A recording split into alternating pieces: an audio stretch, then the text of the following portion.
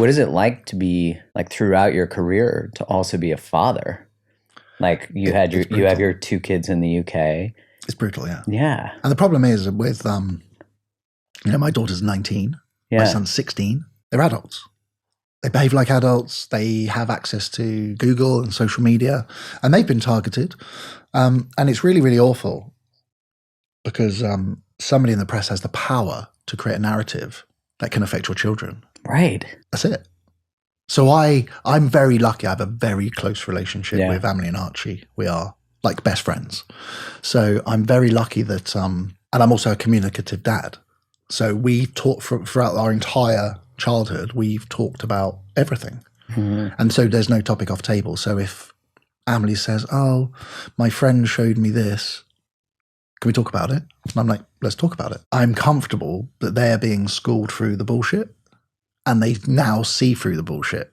You know, they are, and I'm comfortable as a dad that I've armed those two children of how to navigate that. Because social media is going to become so much more prominent. It's going to be part of everyday, every kid's going to be on social media in a good way. They're going to be able to create community, meet people that they've never met before, communicate with people in different countries. There's so much positives for it. That's what it should be there for. I feel like Emily and Archie are really armed for that. So they're going to be able to, use it as a tool for what it's intended for, to build community and to share. Well, they grew up with you as a father where you weren't a celebrity yet, right? Like, yeah, for Art, I've done 10 years on TV now. So for Archie, he was only 6. Yeah. But for Emily's she's such a switched on, mature woman. And, we're at the point now where we almost joke about stuff. Mm. Oh, I saw this the other day. Or my friend showed me this. And I'll be like, oh, no. And we kind of eye roll and move on. What do you think you credit that to, like as a father, like as a father to be? I'm curious what you sort of, when you look back, is maybe some of the greatest parenting advice you have. Well, I'm really lucky because I've been able to raise children in different seasons of my life.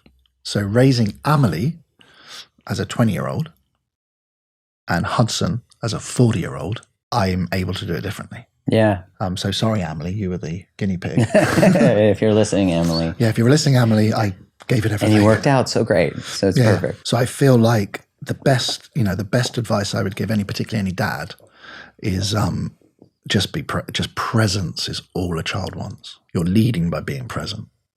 And I was a shift working tactical firearms officer playing football at the weekends with Emily and Archie, and they became part of my world. Right, it's football weekend, off we go to football. I'm working nights this week, Daddy lays in. And then now, particularly when I share custody with Hudson, my time with Hudson's really, I manipulate my work around him now. And it's not because, on a Wednesday afternoon I just want to be there when he comes back. So when he walks in the door, I'm the first face. And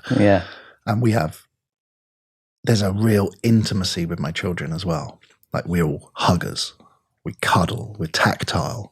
And it's such a shame. I see so many parents that don't have that intimacy. Like when you become a dad, those first few years are really, really important. Like hug and kiss. And like, I think that's really cool. Archie's a 16-year-old boy. We still hug. I give him a head massage. And it's now a laughing joke because as a baby, I used to be able to put him to sleep with a head massage instantly. And he'd be like, but I still do it now. That's funny as an adult. It's still those touches still are like you remember them as a kid, as an adult, so they're soothing, but then you're like, my dad's massaging my head. Like, there is none of that. Oh, it's my dad. No. That's cool.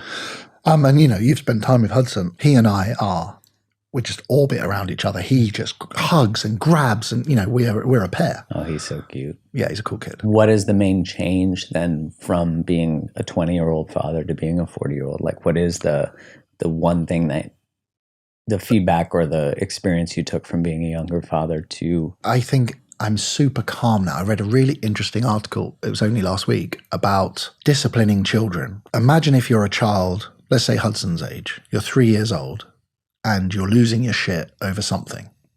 And it could be anything. You haven't got your toy or whatever it is.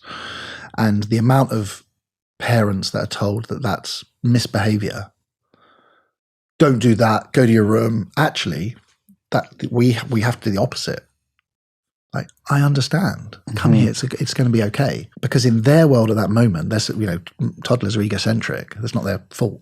It's DNA. Right. It's genetically. Survival. It's just they're egocentric, and he doesn't realize that there's other people. So to reinforce discipline in a 3-year-old that's really sad about something, I think is really damaging. So I'm super kind and calm with Hudson, and as a result, he is incredibly disciplined. Like, he takes himself to bed because he knows that when he's ready, he gets to read 2 or 3 books. Oh, yeah. So every night, and it's always Wizard of Oz, by the way. He loves Wizard of Oz. So he's got like 30 books in this bookshelf. Always. And I would always say, right, brush your teeth and then choose your. And I'll always say choose 2, knowing he chooses 3. And it's always Wizard of Oz. And as a result of that, there's less discipline needed. Yeah. Because he feels safe. And there's trust, there's presence, there's. Yeah. He knows that that's my routine, and I go to brush my teeth and I go to bed. And he's got one particular book that walks through the bedtime routine, and then he has the little check-off board with the magnet. I mean, that check-off board worked within a week. He's like, can we bath now? Oh, well, those started like showers. Hudson's become a shower king. He loves showers. Yeah. Oh my God. I will put him in the shower and he'll like close the door on me and he'll say, 5 more minutes. And he'll shower on his own, and he just likes to shower, and then he plays with his toys. And then I'd be sort of pottering around and brushing my teeth and getting ready. And then when he's ready, he'll go, okay, you can come in now, Daddy. Then we'll shower together. Oh, that's funny. But he's like washed himself, and he just loves a shower, that kid. It's really bizarre. So now I give him a choice. I let him choose. Do you want a bath or shower? And occasionally, like every sort of 2 weeks, he might go, bathtub. And we'll bath. He's in the showering. Loves a shower every night. Loves it. Really hot as well. Is he a footballer too? He's actually got really great coordination. He's brilliant on a scooter ever since he was 18 months old. I mean, at 18, he was letting go of the handlebars, doing scootering on one leg. I mean, he's a very, very gifted scooterer. Yeah. Scooterer? I think that sounds right. Scootery. I play football still, and he comes to games, and he can really kick a ball, yeah. And then in the house, we have a little softball, and the kitchen door's my goal, and the little cupboard where the shoes go is his. So he'll just occasionally go, set it down. Let's go. It's time. And it's time. And we'd do that at least every 2 or 3 days. We would play that little soccer game in that little bit of hallway there. That's awesome. So yeah, I think he's going to be sporty. And Amelie and Archie are incredibly sporty. Are any of them interested in car building or anything? No, they like cars, but they're not.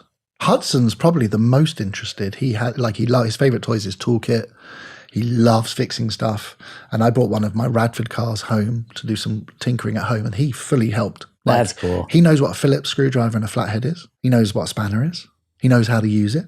He has his own little drill. Wait, what's a spanner? It's like a wrench, but with class.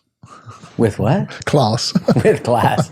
I'm like, what is a spanner? Is that like a crescent wrench? A wrench, yeah. Just regular wrench. Yeah, it's a wrench. We call them spanners in the UK.